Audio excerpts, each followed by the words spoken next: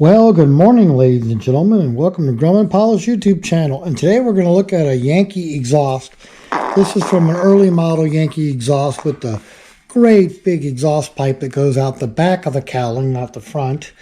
And as you can see, it's sporting a brand new red tag, rejected for unworthiness. There you go. Unairworthy. You look over here at this end of the can, it looks fine.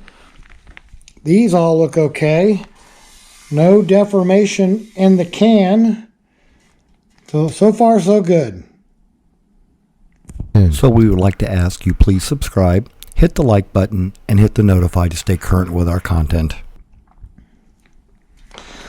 We look at the risers, and we see that this one's got a broken weld. This one's completely missing the flange on the riser, and it's right here. So there you go. That's what that one looks like. We have two on the bench, which are serviceable risers, the straight ones, and they'll go to the shop to be used in somewhere else. But since we're replacing this much of the exhaust, we decided to go with 4 new risers instead of 2 old and 2 new. But the big reject on this comes right here in the dog bone, we call it. Look at that crack. That is a monster of a crack. Runs all along there. So this was not long for the world. And then here's the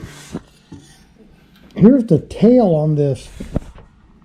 This exhaust last year during annual had not a single problem. Completely removed off the airplane. Everything on this was checked.